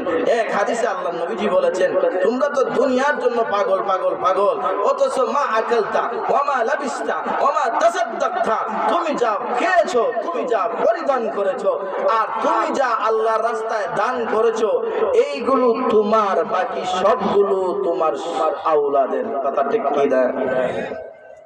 আমাদের বাবা দাদা যা খাইছেন, যা পিনছেন, আর যা আল্লাহর রাস্তায় দান করছেন, ওইগুলোই তাদের, ঠিক কিনা? আর বাকিগুলো আমরাই উপভোগ করতেছি। কথা ঠিক কিনা? হযরত ওসমান ইবনে আফফান রাদিয়াল্লাহু তাআলা বিষয়টা বুঝতে পারলেন। ওসমান ইবনে আফফান কেমন আপনি জানেন না, আমি জানি না। বিশ্ব নবীজি হলেন দুজাহানের সর্দার, দুনিয়ার যেভাবে সর্দার, আখিরাতের সেইভাবে সর্দার। শুধু তাই না, মদিনার প্রেসিডেন্ট। আল্লাহর নবী বিশ্ব নবীজি দুইজন মেয়ে যার কাছে বিয়ে দিয়েছেন তিনি কে? ওসমান ইবনে আফফান। ওসমান রাদিয়াল্লাহু তাআলা সাধারণ কোন সাহাবী না, শুধু সাধারণ সাহাবী না গো, নবীজি শুধু জামাতা নয়, আল্লাহর নবী বিশ্ব নবীজি ইন্তেকালের পরে হযরত আবু বকর খলিফা হলেন, প্রেসিডেন্ট হলেন মদিনার। আল্লাহর নবীর সাহাবী হযরত আবু বকর ইন্তেকালের পরে হযরত ওমর ইবনুল খাত্তাব প্রেসিডেন্ট হলেন। হযরত ওমর ইবনুল খাত্তাব প্রেসিডেন্ট হওয়ার পরে, ইন্তেকালের পরে সাহাবায়ে কেরাম সম্মিলিত হয়ে যাকে খলিফা বানিয়েছিলেন তিনি হলেন ওসমান ইবনে আফফান। সেই ওসমান ইবনে আফফান ধনাঢ্য ছিলেন, আমার আপনার মতন ধনী এরকম না, শিল্পপতি ছিলেন। কি ছিলেন? শিল্পপতি ছিলেন। কেমন শিল্পপতি জানেন? হযরত ওসমান ইবনে আফফান রাদিয়াল্লাহু তাআলা একটা যুদ্ধে 300 উট দান করেছিলেন। কয়শো উট? 300 উট। নবীজি তাবুকের যুদ্ধ, রোমের সাথে যখন যুদ্ধ হবে, নবীজি মিম্বরে দাঁড়াইলেন, 3 নম্বর তলায় দাঁড়াইয়া বললেন মুসলমানদের করুণ অবস্থা, এদিক দিয়ে রোমবাসীরা, ইতালিয়ানরা, বর্তমান ইতালিয়ানরা, তদানীন্তনের রোমবাসীরা যুদ্ধের জন্য মদিনাকে শেষ করে দিবে, মুসলমানদেরকে শেষ করে দিবে জন্য তারা আসতেছে। তাদের মোকাবেলা করার জন্য আমাদের কাছে খুব অল্প উট আছে, খুব অল্প ঘোড়া আছে, খুব অল্প অস্ত্রশস্ত্র আছে, আমাদের কাছে সামান্য জিনিস আছে। নবীজি সুন্দর করে দাঁড়াইয়া বললেন, কে আসো জান্নাতের বিনিময়ে মুসলমানদের এই দুর্যোগ অবস্থায়, বিপদের অবস্থায় সাহায্য করবেন? হযরত ওসমান দাঁড়াইয়া গেলেন, দাঁড়াইয়া বললেন, ওগো নবীজি, আলাইয়া মিয়াতু বাঈরিন বিআহলাসিহা ওয়া আকতাবিহা। ওগো নবীজি, ওগো বিশ্ব নবী মুহাম্মদ সাল্লাল্লাহু আলাইহি ওয়াসাল্লাম, আপনি মুসলমানদের দুর্দিনের অবস্থা বর্ণনা করলেন, সাদাকার জন্য উদ্বুদ্ধ করলেন। আমি উসমান ওয়াদা করলাম এই যুদ্ধের জন্য 100 উট দিয়ে সহযোগিতা করব। 100 উট বাড়ির কাছে, 100 উট যদি 1 লক্ষ করে ধরা হয় তাহলে কত টাকা হয়? 1 কোটি 100 লক্ষ মানে 1 কোটি টাকা হযরত ওসমান দিয়েছেন। আমরা কয়জন 1 কোটি টাকার মালিক আছি? যিনি 1 কোটি টাকা দান করলেন তিনি কি 1 কোটি টাকার মালিক না কয়েকশো কোটি টাকার মালিক? ঠিক আছে না? আমরা কয়েক লক্ষ টাকার মালিক হওয়ার পরে, 40 লক্ষ 50 লক্ষ টাকার মালিক হওয়ার পরে আমরা দেই কত? 1000 2000, ঠিক কিনা? 5000 এরকমই তো দেই, এর চেয়ে তো বেশি দেই না, 5 10 এরকমই। আর যারা কোটি কোটি টাকা আছে এরও 50,000 টাকা দেয়। তা উসমান যদি 1 কোটি টাকা উট দিয়া দিলেন প্রথম বৈঠকে, তাহলে এর দ্বারা অনুভব হয় উসমান শিল্পপতি ছিলেন। কথা ঠিক কিনা? ওটাই। আল্লাহ নবী দ্বিতীয় সিঁড়িতে বসলেন, আবার বয়ান দিলেন। উসমান রাদিয়াল্লাহু তাআলা কেঁদে উঠলেন আর দাঁড়ায়া বলেন, ওগো নবীজি, আল্লাহর নবী বলেন, কে দুনিয়ার বিনিময়ে আখিরাত কিনবা? আখিরাতে তোমরা পাইবা, দুনিয়া না পাইলো। কে আছো এরকম যে মুসলমানের এই দুর্দিন অবস্থায় সহযোগিতা করবা? হযরত ওসমান দাঁড়ায় গেলেন, বললেন, ওগো নবীজি, আগে 100 উটের কথা বললাম, আলাইয়া মিয়াতু বাঈরিন উখরা, আরো 100 উট দেব বলে আমি প্রতিশ্রুতি দিচ্ছি। পয়সা হলো। আবার নবীজি একটু নিচে নামলেন সিঁড়ি, দাঁড়ায় বললেন, আর কেউ আছো কি সহযোগিতা করবা? আমরা বলি না 1000, কে দিবা 1000, আরেকজন দেয় 2000, আরেকজন দেয়, আরেকজন 3 নম্বর আর 1000, 4 নম্বর আর 1000, বলি কিনা না? আমরা তো দিতে চাই না, কিন্তু হযরত ওসমান আখিরাত বুঝতেন, এই জন্য দিতেন। যারা আখিরাত বুঝে তারাই বেশি দান করে। আর জোরে বলে। আর যারা আখিরাত বুঝে না তারা শুধু সম্পদে জমা করে। কথা ঠিক কিনা? আখিরাত যে বুঝে, সে যে আখিরাত বুঝে, তার জমিন যদি 50 খের থাকে, খের বুঝেন? খের 50 খের থাকলে 1 খের জমিন দেওয়া যায় মসজিদ অথবা মাদ্রাসা, ঠিক কিনা? কারণ আখিরাত বুঝছে। আর যদি আখিরাত না বুঝে, 1000 খের থাকলো তার থেকে 100 আনতে পারবেন না, ঠিক কিনা? এটার নাম হলো দুনিয়াদার, এটার নাম দুনিয়াদার। দুনিয়া, দুনিয়ার প্রেমিক, দুনিয়াকে ভালোবাসে। আর আখিরাতে যারা পছন্দ করে এরা হলো জাহিদুন ফিদ দুনিয়া, দুনিয়ার মুখে দুনিয়ার ভালোবাসায় পড়ে থাকে না। হযরত ওসমান রাদিয়াল্লাহু তাআলা আবার 3 নম্বর বলেন, ওগো নবীজি, আমি 300 উট দেব। 300 উট দেওয়ার পরে আল্লাহর নবী এত খুশি হলেন আর বললেন, মা দররা উসমানা মা ফাআলা মিনাল ইয়াউম বাদাল ইয়াউম। আজকে ওসমান যা সহযোগিতা করছেন, এমন কাজ করছে গো, ওসমানকে জান্নাত থেকে কোনো জিনিস বাধা দিতে পারবে না। আরেকটু জোরে। 300 উট। এই জন্য আখিরাত মুখী হওয়ার দরকার আছে না নাই? হযরত ওসমান এবার চলে গেলেন বাড়িতে, 300 উট গোলাম দিয়ে পাঠিয়ে দিলেন। শুধু 300 উট পাঠাইছেন তা নয়, সঙ্গে সঙ্গে আরো 1000 মুদ্রা দিলেন। কত হাজার? 1000 স্বর্ণ মুদ্রা দিয়ে দিলেন। দিনার দিরহাম বুঝেন তো? কোন দেশে দিনার চলে, কোন দেশে দিরহাম চলে। বর্তমানের দিরহাম হলো কাগজের, দিনার হলো কাগজের। কথা ঠিক কিনা? ঠিক। রিয়াল হলো কাগজের, ঠিক কিনা? ঠিক। আর আগের সময়ের দিনার ছিল রূপা, দিনার আর দিরহাম ছিল রূপার, দিনার ছিল স্বর্ণের। হযরত ওসমান 1000 দিনার মানে স্বর্ণ মুদ্রা দিয়া বললেন, ওগো নবীজির সাহাবী, নবীজিকে গিয়ে বলবেন ওসমান 300 উট দিয়েছেন, সঙ্গে সঙ্গে আরো 1000 উট দিয়েছেন। আরে জোরে বলেন। আর নবীজির কাছে যখন তিনি গিয়ে বললেন, আল্লাহ নবীজি খেতে দিলেন, আমার উসমানের সম্পদ থাকার কারণে ইসলামের সাহায্য হয়। কোন মুসলমানের কোন যুবক ভাই, দিনদার যুবকের যদি সম্পদ হয়, বিদেশ গিয়ে বিদেশ হোক, ইউরোপে হোক, দেখবেন লন্ডনে থাকে, কিন্তু দেশে থাকতে দিনদার ছিল, নামাজি ছিল, আল্লাহওয়ালা ছিল, লন্ডন থেকে মসজিদের জন্য টাকা পাঠায়, ঠিক কিনা? আর দেশে থাকলে গাঞ্জা খাইতো, গুন্ডাদের সাথে চলতো, বিদেশ চলে গেছে, টাকা হইছে, বিদেশ থেকে খবর পাঠায় একটা এবার যাত্রা দিয়া দে। আছে দাদাই? এই জন্য আল্লাহওয়ালা মানুষদের টাকা হলে মসজিদে লাগে, আল্লাহওয়ালা মানুষের টাকা হলে মাদ্রাসায় লাগে। আর আর বেদিনদার মানুষের, বেনামাজি মানুষের, আখেরাতের মানুষের, যারা আখেরাতমুখী নয়, আখেরাত বুঝে না, এই সমস্ত মানুষের টাকা হলে সুদ, ঘুষ আর গুন্ডামিতে লাগে। কথা ঠিক কি না? হযরত ওসমানের এই সংবাদ শোনার পরে নবীজি খুশি হয়েছেন। এটা হলো 2 নম্বর ব্যাখ্যা। কাদ আফলাহা মান তাযাক্কা, অর্থ হলো কাদ আফলাহা মান যাক্কা ওয়া যাকারা ইসমা রাব্বিহি ফাসাল্লা বাল তু'থিরুনাল হায়াতাদ দুনিয়া ওয়াল আখিরাতু খায়রুন ওয়া আবকা ইন্না হাযা। শেষের আয়াতটুকু বলে ফেলি।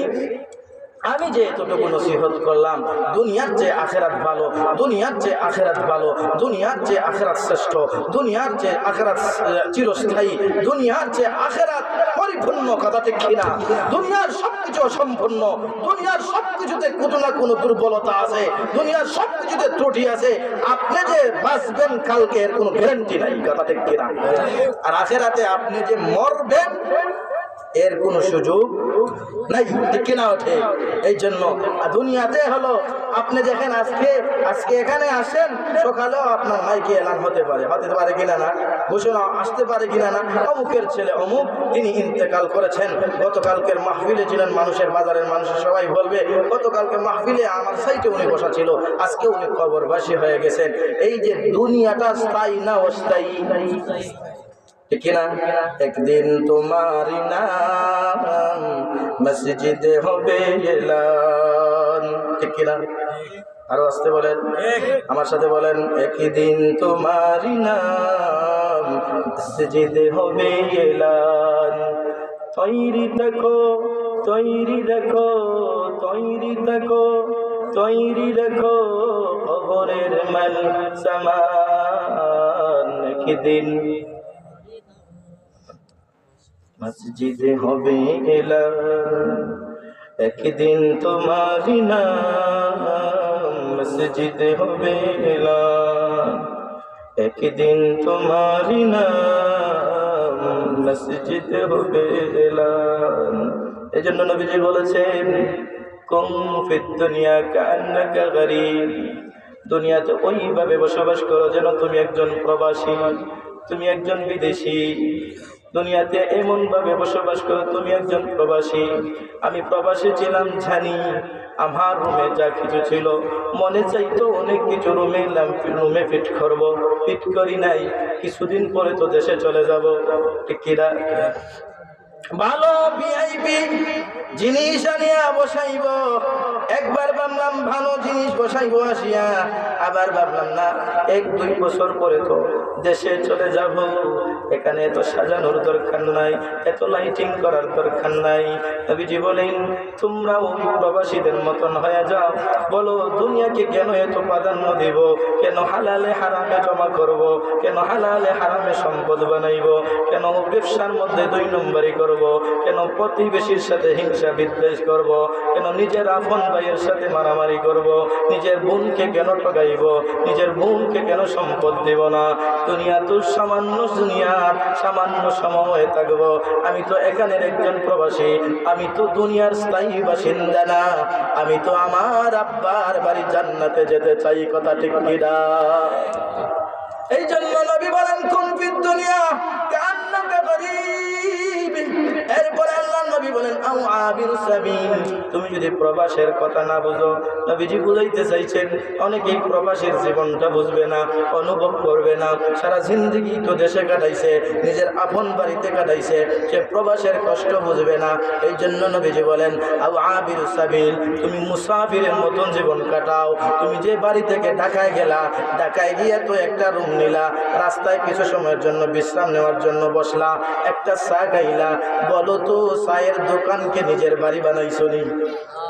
বাড়ি বানাও নাই। ও আমার ভাইয়েরা, আমার বৃদ্ধ বাবা যান, বিশ্ব নবীজি বলেছেন আও আবিরুস সাবিল, তুমি ওই মুসাফিরের মতন হয়ে যাও। ইহা হাম সব মুসাফির হায়, ইহা হাম সব মুসাফির হায়, কবর আখির ঠিকানা, কোই আগে রওয়ানা है कोई पीछे रवाना। अला या साकिनल कस्रिल मुअल्ला सतुदफनु अन करीबिन फित तुराबी कलीलुन फी कलीलुन उम्रुना फी दार दुनिया व मरजिउना इला बैतित तुराबी। কবি বলেন, কত প্রধানমন্ত্রী মাটিতে শুয়ে আছে, কত রাজা বাদশা মাটিতে শুয়ে আছে। তুমি দেখো কত ভালো মানুষ মাটিতে শুয়ে আছে, কত বান মানুষের ঠিকানাও কিন্তু মাটি, ঠিক কিনা? ফেরাউনের মা ঠিকানাও মাটি হয়েছে, নমরুদের ঠিকানাও কিন্তু মাটি হয়েছে, কথা ঠিক কিনা? সুলাইমান নবীর ঠিকানাও কিন্তু মাটি হয়েছে, আইয়ুব নবীর ঠিকানাও কিন্তু মাটি হয়েছে। আবু বকরও মাটিতে শুয়ে আছেন, আবু জেহেলও মাটিতে শুয়ে আছেন। এর দ্বারা প্রমাণিত হয় আপনি ভালো থাকেন মন্দ থাকেন, যেভাবেই হোক জীবনটা শেষ হয়ে যাবে।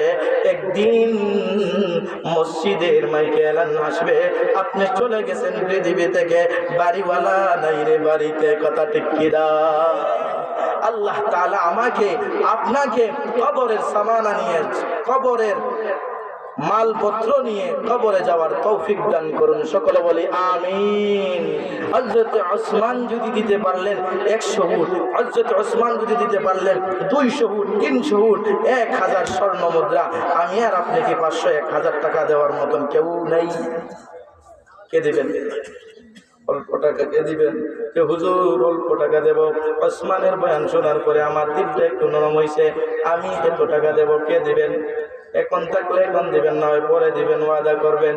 আসের দিকে প্রথম যিনি দিবেন, প্রথম যিনি দিবেন, প্রথম যিনি দিবেন, প্রথম যিনি দিবেন, পরে যারা দিবেন, সবার সওয়াব যতটুকু হবে আল্লাহ প্রথম দেনেওয়ালার সওয়াব এর সমান দান করবেন।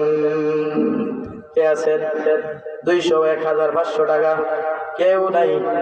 আল্লাহ তুমি কবুল করো। সকলে বলেন আমিন। আরো জোরে বলেন আমিন। নাকি জানে ভয় যে আমি কবুল হইয়া যাই?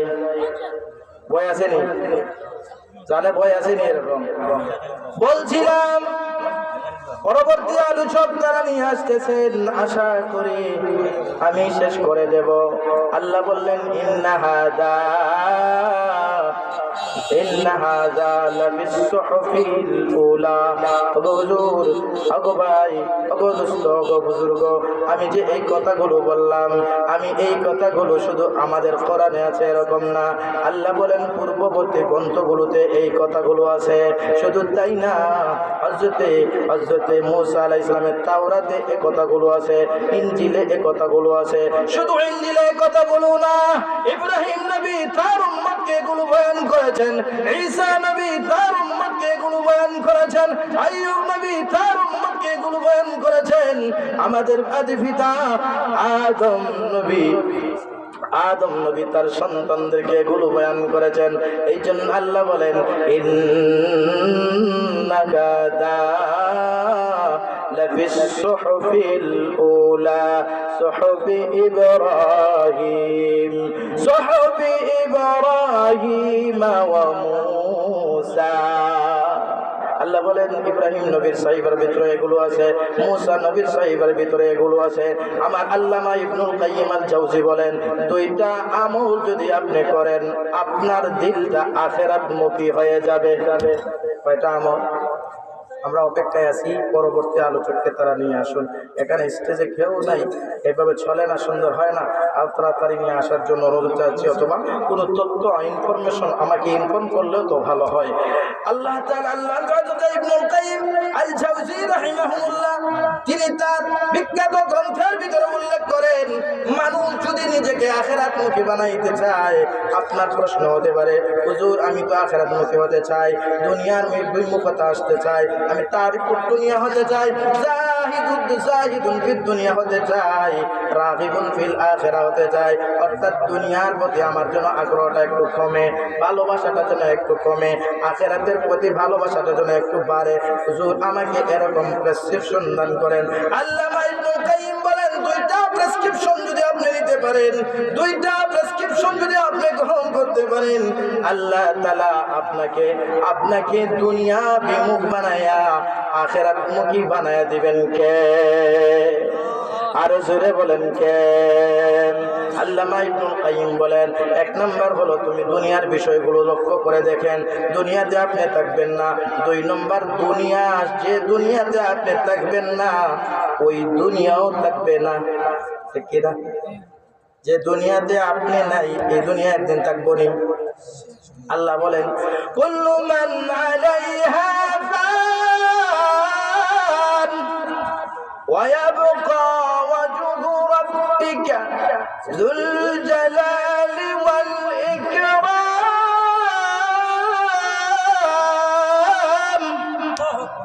আল্লাহ বলছেন, তোমরা দুনিয়ার উপর যে পাহাড় দেখতেছো, দুনিয়ার উপর যে জমিন দেখতেছো, দুনিয়ার উপর যে বৃক্ষগুলো দেখতেছো, দুনিয়ার উপর যে সূর্য দেখতেছো, চন্দ্র দেখতেছো, এগুলো কোনো কিছুই থাকবে না। কথা ঠিক কিনা? থাকবেন কে? আল্লাহ বলেছেন, ওয়ায়াবকা ওয়াজহু রাব্বিকা যুল জালালি ওয়াল ইকরাম।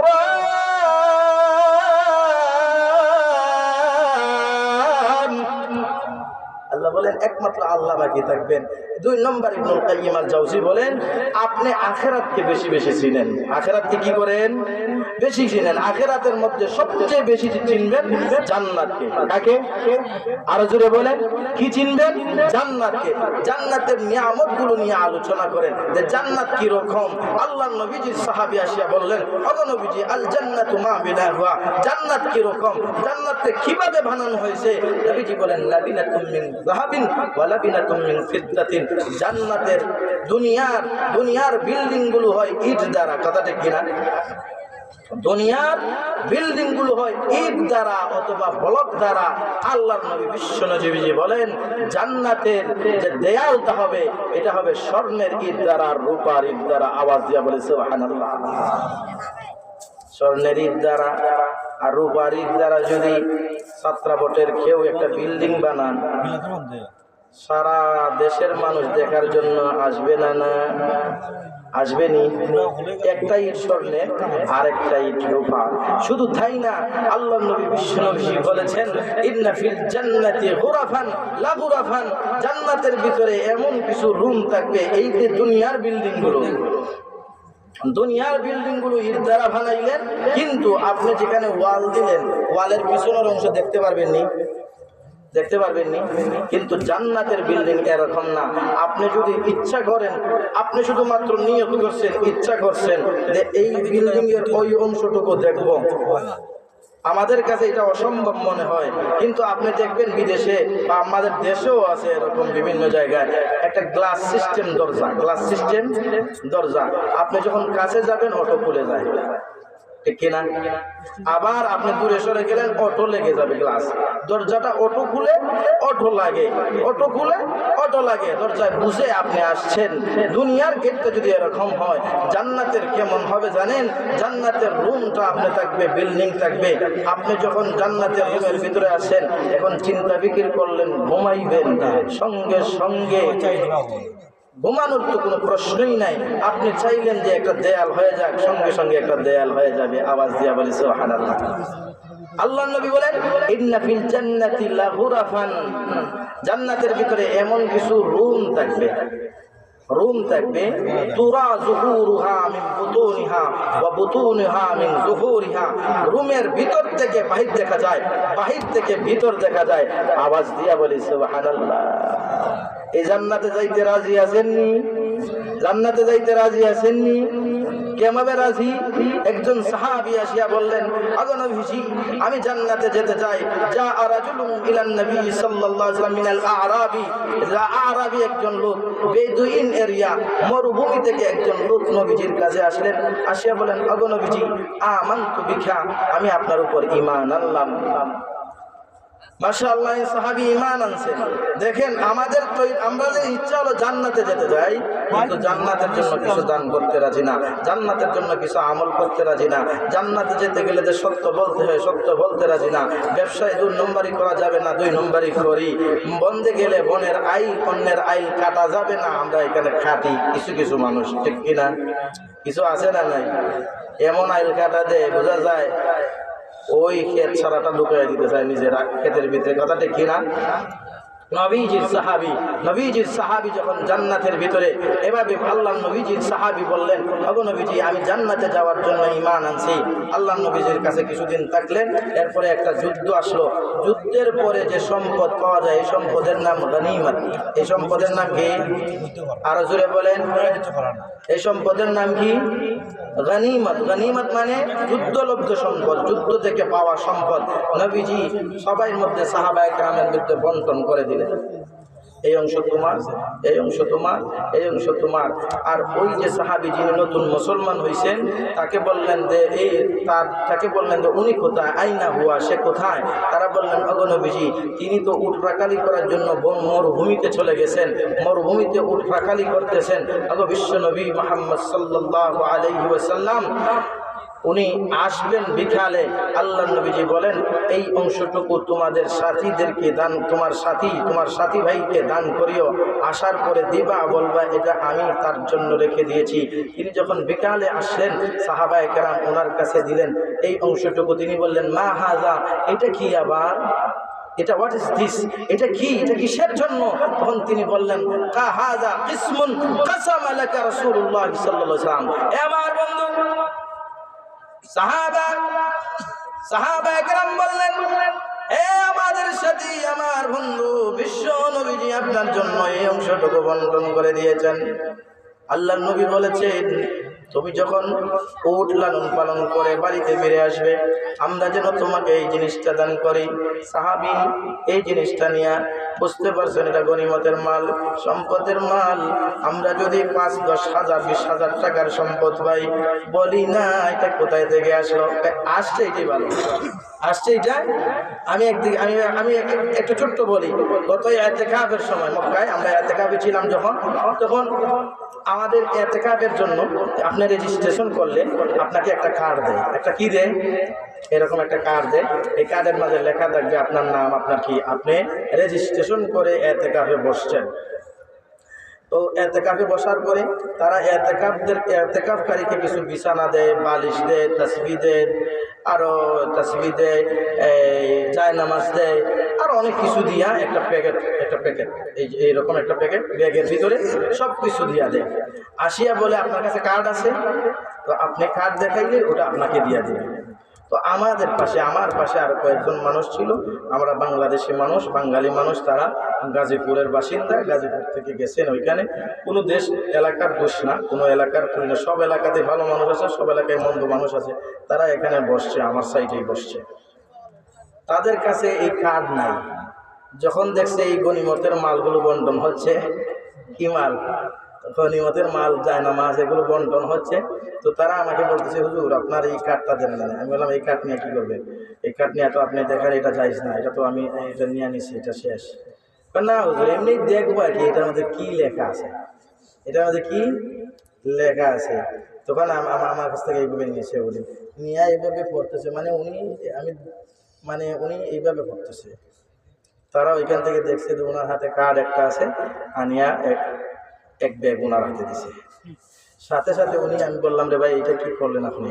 আমি বললাম যে এটা তো যাইজ না, আপনি বলেন এটা আপনার কার্ড না।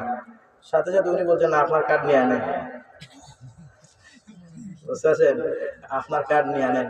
তা তারা ওই সময় ওই যে সৌদি বন্টন করতেছে, উনি দেখছে যে উনি আমার কাছে আমার কার্ডটা দিয়ে দিছে, আমি বিশাল লজ্জাবোধ করছি, আমি অপমানিত হয়েছি, আমার কাছে কষ্ট লাগছে। কারণ উনি আমার বাংলাদেশি ভাই। উনি কি বলছে জানেন? উনি কোনো কিছু বলে নাই, উনি বলছে মান গাসসা ফালাইসা মিন্না, মান গাসসা ফালাইসা মিন্না।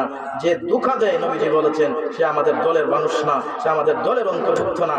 এই কথাটা যখন সৌদি বলছে তখন আমার কাছে অত্যন্ত কষ্ট লাগলো। আমি ওনাকে বললাম, ভাই বুঝছেন কি বলছে? কত বড় কথাটা বললো, মান গাসসা ফালাইসা মিন্না। যা বলার বলো, ব্যক্ত পাইছি।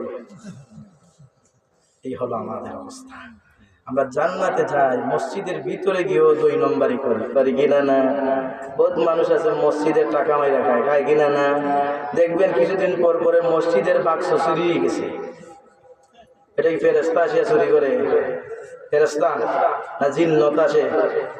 বোঝা যায় জিন্নত কিছু আছে আমাদের সমাজেই, আছে না নাই? যারা মসজিদের বাক্স চুরি করে, মসজিদের টাকা 2 নম্বরই করে খায়। অনেক মানুষের অভিযোগ আছে, হুজুর ওনাকে সেক্রেটারি বানাইছিলাম মসজিদে, ওনার কাছে কোনো হিসাব নিকাশ নাই, যা আসে ওনার পেটের ভিতরে, আছে না নাই? তাহলে এইরকম যদি আপনি বলেন, কিয়ামত পর্যন্ত যদি বলেন আমি জান্নাতে যেতে চাই, জান্নাতে যেতে চাই, আর আপনার আমল যদি সঠিক না হয়, জান্নাতের কাজ যদি আপনি না করেন, আমি না করি, বলেন তো জান্নাতে যাব তো দূরের কথা, জান্নাতের ঘ্রাণও পাবেন না। কথা ঠিক কিনা? এরপরে সাহাবী বললেন, নবীজির কাছে ওই সম্পদ লইয়া গেলেন। আমাদের মতো না তো সাহাবী। সাহাবী ভাবছেন যে নবীজি আমাকে সম্পদ দিলেন, নবীজি আমাকে টাকা পয়সা দিলেন, আমি তো আসলে টাকা পয়সার জন্য ঈমান আনি নাই, ইসলাম আনি নাই, আমি তো সম্পদ নেওয়ার জন্য ঈমান আনি নাই, ইসলাম আনি নাই। দৌড়াইয়া সম্পদ গুলা, কয়েক হাজার টাকার সম্পদ সব কিছু লইয়া নবীজির দরবারে উপস্থিত। ইয়া বলেন, ইয়া রাসূলুল্লাহ, ইয়া হাবিবাল্লাহ, ওগো নবীজি, বিশ্ব নবী মুহাম্মদুর রাসূলুল্লাহ, আপনার সাথে আপনার সাহাবায়ে কেরাম আমাকে এই অংশটুকু দিয়েছেন, মা আলা হাযা ইত্তাবাতুকা ওয়া মা আমানতু বিকা ওয়া মা আসলামতু। ওগো নবীজি, আমি দুনিয়ার সম্পদ পাওয়ার জন্য, দুনিয়ার টাকা পয়সা পাওয়ার জন্য, দুনিয়ার সম্মান পাওয়ার জন্য, দুনিয়ার সম্পদশালী হওয়ার জন্য আমি ঈমান আনি নাই। আর আসতে বলেন সুবহানাল্লাহ। আপনারা খুশ খবর ওটাই, একটু বলেন লা ইলাহা ইল্লাল্লাহ, জুড়ে বলেন লা ইলাহা ইল্লাল্লাহ। উনি তো আসবেন, ঠিক কিনা? তো ওনার আসা পর্যন্ত আমরা একটু বসি, ধৈর্য ধারণ করি। সবর করলে আল্লাহ কি খুশি হবেন না নারাজ হবেন? আরো আসতে বলেন, খুশি হবেন না নারাজ হবেন? আমরা কাকে খুশি করার জন্য বসেছি? 2 হাত তুলে বলি, কাকে খুশি করার জন্য বসেছি? আরো জোরে বলেন আল্লাহু আকবার, নারে তাকবীর, নারে তাকবীর। আল আকসা মসজিদ যুব সংঘ কমিটি জিন্দাবাদ, জিন্দাবাদ। আল আকসা মসজিদ জিন্দাবাদ, জিন্দাবাদ। আল্লাহ তাআলা আপনাকে আমাকে কবুল করেন, সকলে বলেন আমিন। আরেকটু এদিকে আসে বসেন। লা ইলাহা ইল্লাল্লাহ, লা ইলাহা ইল্লাল্লাহ, লা ইলাহা ইল্লাল্লাহ। বিশ্ব নবীজির সাহাবী বলছিলাম, বিশ্ব নবীজির সাহাবী এসে বলেন, ওয়া মা আসলামতু ওয়া মা আলা হাযা ইত্তাবাতুকা ওয়া মা আমানতু বিকা ওয়া মা আসলামতু। ওগো নবীজি, দুনিয়ার এই সম্পদ পাওয়ার জন্য ঈমান আনি নাই, দুনিয়ার এই সম্পদ পাওয়ার জন্যই ইসলাম গ্রহণ করি নাই, দুনিয়ার এই সম্পদ পাওয়ার জন্য আপনাকে মহব্বত করি নাই, দুনিয়ার সম্পদ পাওয়ার জন্য আপনার প্রতি ঈমান আনি নাই, আপনাকে ভালোবাসি নাই। তাহলে কিসের জন্য করলা? তিনি বলেন, ওয়ালাকিন উরমা আলা হাগুনা, উরমা হাগুনা। নবীজির সাহাবী বলেন, আমি আল্লাহর রাস্তায় জিহাদ করব, শত্রু বাহিনী আমার উপর তীর মারবে, আমি শহীদ হয়ে যাব। আপনার তৈরি, আপনার সাথে আল্লাহর তৈরি জান্নাতের ভিতরে, জান্নাতের ভিতরে মেহমান হয়ে থাকার জন্য ঈমান এনেছি। আরো জোরে বলেন সুবহানাল্লাহ। ওয়া আখির দাওয়ানা আলহামদুলিল্লাহি রাব্বিল আলামিন।